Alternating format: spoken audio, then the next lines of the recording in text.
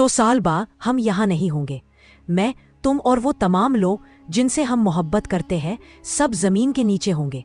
हमारी दायमी तकदीर हमारे सामने खड़ी होगी। हमारे घर अजनबियों के बसने की जगह बन चुके होंगे।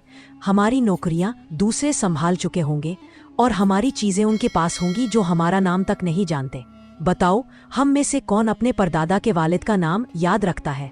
हम महज किसी की याद में एक सतर बनकर रह जाएंगे, नाम और चेहरा भला दिया जाएगा। तो फिर हम अपना इतना वक्त क्यों ज़ाय करते हैं ये सोच कर के लोग हमारे बारे में क्या कहेंगे? हम खुद को इस दुनिया के पीछे क्यों थका देते हैं जब आखिरकार इसका कोई माना ही नहीं रहेगा? हमारी जिंदगी कायनात की उम्र के सामने एक पलक झपकने की मानंद है, एक पलक जो बस गुजर जाएगी। एक नस्ल तेजी से दुनिया छोड़ देती है और अधरी को सौंप देती है उससे पहले कि उसने अपने ख्वाबों का भी कोई हिस्सा पूरा किया हो। सोचो, अगर जिंदगी एक दौड़ है तो हम किसके खिलाफ दौड़ रहे हैं? इनाम क्या है? क्या फिनिश लाइन पहले पहुंच जाना जीत है या सिर्फ दूसरों से जल्द खत्म हो जाना? हकीकत यह है कि इंसान इतनी तेज जिंदगी जीने के लिए नहीं बनाया गया। हम दौड़ते रहते हैं जब तक टूट ना जाए। हमारा जिस्म दर्द से कराहता है, सर दर्द, बेख्वाबी, तनाव, बीमारी, और आखिर में हमें एहसास होता है कि हम किसके लिए दौड़े थे। ज्यादातर औकात कुछ खास नहीं।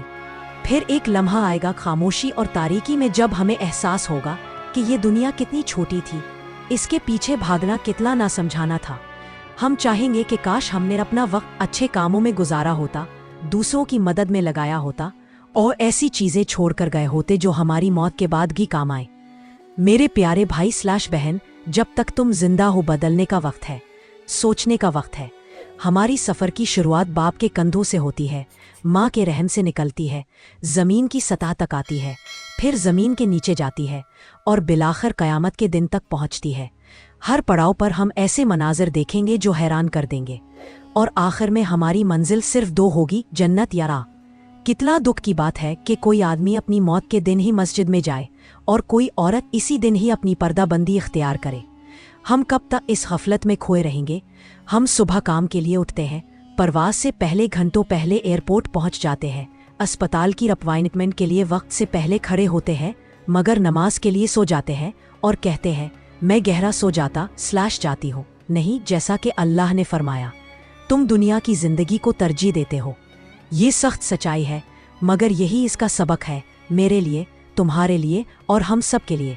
यार अल्लाह, हमें अच्छा अंजाम अता फरमा। या अल्लाह, हमें उन लोगों में शामिल फरमा जो दुनिया की चीज़ों के पीछे दौड़ना छोड़कर उन चीज़ों के लिए काम करते हैं जो वाकई माना रखती है। जिंदगी कोई दौड़ नहीं जिसका मकसद सिर्फ इख्तिताम तक पहुंचना हो।